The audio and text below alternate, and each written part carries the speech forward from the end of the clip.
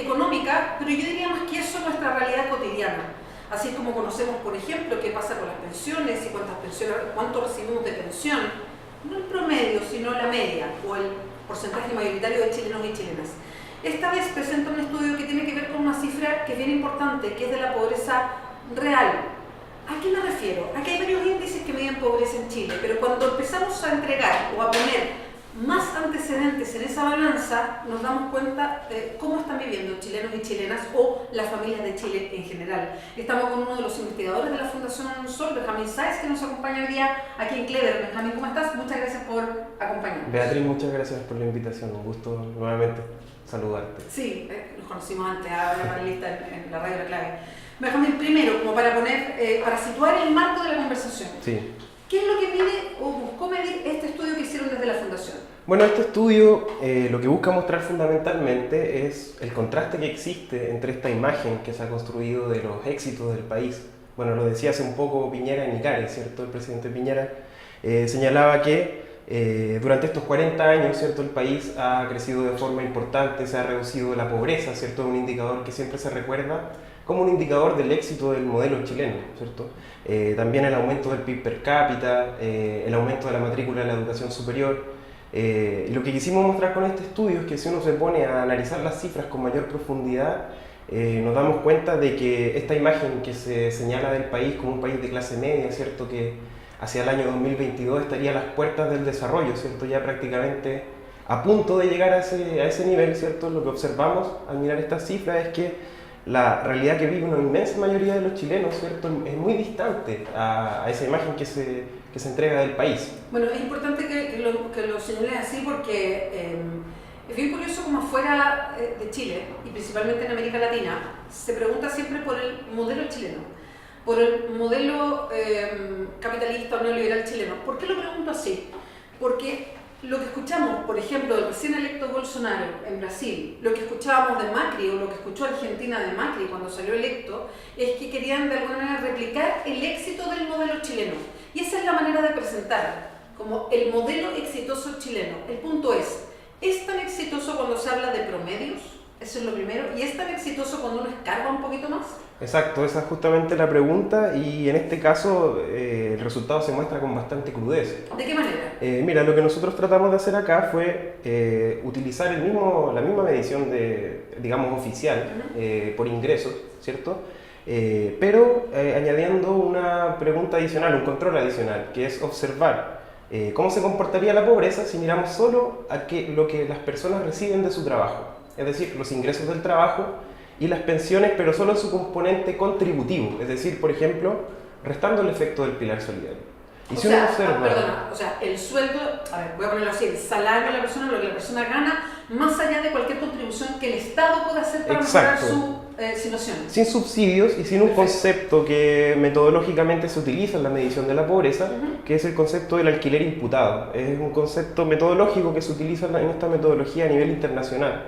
Y lo que hace es añadir un salario imputado a las personas que son propietarias de viviendas de acuerdo al costo que tendría el valor del arriendo en el sector donde está su casa. Perfecto. Entonces, si yo no tengo ningún ingreso, pero soy propietario de una vivienda en un sector que el arriendo cueste 200.000 pesos, 300.000 pesos, ese valor se me atribuye como un ingreso. Se agrega como al pozo que uno tiene de su trabajo. Exacto. Ya. Entonces, si nosotros quitamos este tipo de ingresos, de esta imputación, ¿cierto? Y observamos solo los ingresos del trabajo y de las pensiones contributivas, es decir, sin el pilar solidario, es decir, sin bonos ni transferencias del Estado, la pobreza pasa de un 8,6% a un 29,4% de los hogares, es decir, de cerca de 1,5 millones de personas que serían pobres de acuerdo a la metodología tradicional, ¿cierto? Pasamos a cerca de 5,2 millones de personas. Este es un ejercicio que hay que señalar,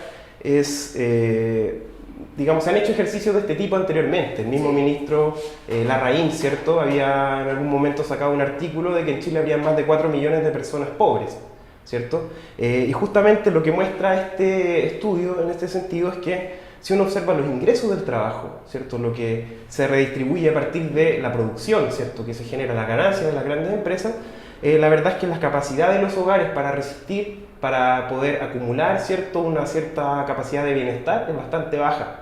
Y esto se ha reflejado en otro tipo de indicadores, por ejemplo, estudios del Banco Central, ¿cierto?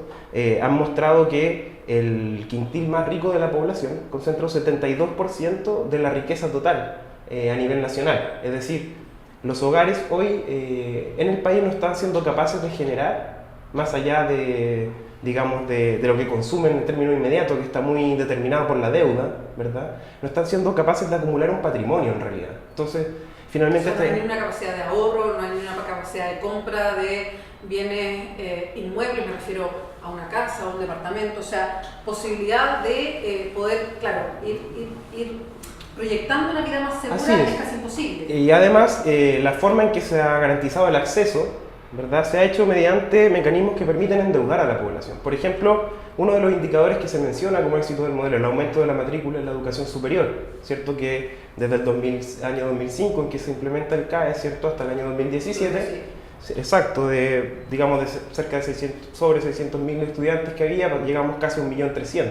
Ahora, y eso con, disculpa, sí, más de 700.000 estudiantes endeudados, ese es el resultado de aquello. Entonces, sí, tú dices, más acceso a la educación superior, pero ¿cuál es el costo que están pagando las familias a largo plazo? En realidad, más que una movilidad social, está generando un empobrecimiento. Es decir, incluso los estudiantes egresados hoy tienen altas tasas de morosidad con este tipo de créditos, ¿no? Más del 90% de quienes están endeudados se explica por el crédito para del Estado. Sí. Además, Benjamín, tú apuntas algo y lo dices bien, porque no estamos hablando de 700.000 estudiantes endeudados, son familias endeudadas, en definitiva, porque es la familia completa la que sufre esta deuda que pueden tener sus hijos o hijas cuando ingresan a la educación superior, y son 700.000. Te quiero preguntar a propósito de esto mismo, de medir la pobreza en cuanto a lo que recibe cada persona, más allá de lo que le puede entregar el Estado, para tratar de aliviarle la vida, ¿no? ¿Y hay cambios según tramos de edad o según el momento en que se mida esta situación de cada familia? Sí, existen diferencias entre tramos etarios, pero también existen contrastes y que a la luz de lo que está sucediendo hoy también son muy significativos en términos del territorio. Por ejemplo, hay que considerar que regiones como la Araucanía, Ñuble, por ejemplo, Coquimbo, la región de Coquimbo, si uno utiliza esta metodología, que son, digamos, las 3 regiones de mayor pobreza del país, el porcentaje de hogares pobres es sobre el 40%. En el caso de la Araucanía, cerca de un 46%. También se observa, por ejemplo, en los pueblos originarios, la pobreza, que ya es superior al promedio nacional, es de casi un 15% de los hogares de pueblos originarios, llega a casi un 39% con esta metodología. Entonces, estamos hablando de zonas de despojo, ¿verdad?, de pobreza, muy importante, y donde, por ejemplo, si uno analiza directamente el mundo del trabajo, por ejemplo, la agricultura, hoy día el 70% de las personas que se emplean en la agricultura reciben un salario menor a los 352.000 pesos, que son justamente en estas zonas de alta pobreza, ¿cierto?, donde se manifiestan con fuerza distintas, digamos, contradicciones también en términos de génesis de violencia, ¿cierto?, de conflictos también ambientales muy fuertes, sí, territoriales. Por ejemplo, en San Fabián recientemente se desalojó a familias en el sector de Punilla, o en sectores también con alta pobreza. La recién creada región de Ñuble es la segunda región más pobre de Chile, ¿cierto?, de forma inmediata. Es una región con un componente importante agrícola, ¿cierto? Muy importante. Etcétera. Entonces, en términos territoriales, en términos también, digamos, de las distintas características de los jefes de hogar, que eso también en el estudio se aborda en profundidad, lo que tú señalas de los grupos de edad, de si ser hombre o mujer, ¿cierto? Una serie de factores van a incidir justamente sobre este tipo de fenómenos económicos. Ahora, es interesante porque en el fondo se va reproduciendo la pobreza que ya conocemos que existe, pero su nivel sube sustancialmente a estos niveles, sobre un 40% en ciertas regiones del país. Las diferencias más profundas entre hombres y mujeres, hombre jefe de hogar, mujer jefa de hogar, las personas mayores también, que esto está totalmente relacionado con las pensiones. Tú mencionabas el pilar solidario, o sea, si no fuera por el pilar solidario, por ejemplo, y la gente recibiera las pensiones que le corresponden bueno, ya sabemos el porcentaje de personas que reciben menos de 200.000 pesos de pensión.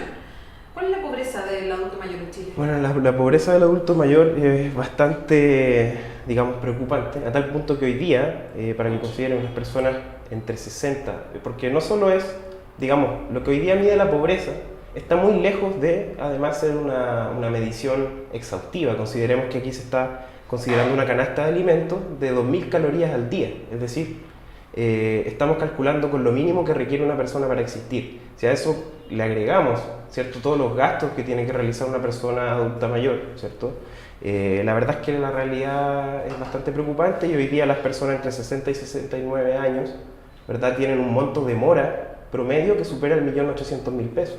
De mora, dice, de crédito no pago. Exacto, esa es una adeudan y están no pagando deudas que están en un promedio, ojo, de cerca de 1.800.000 pesos, de acuerdo a los mismos datos que entrega DICOM, ¿verdad? Y la cifra de personas que están morosas, adultas mayores, ya está acercándose peligrosamente a los 2 millones de personas a nivel nacional.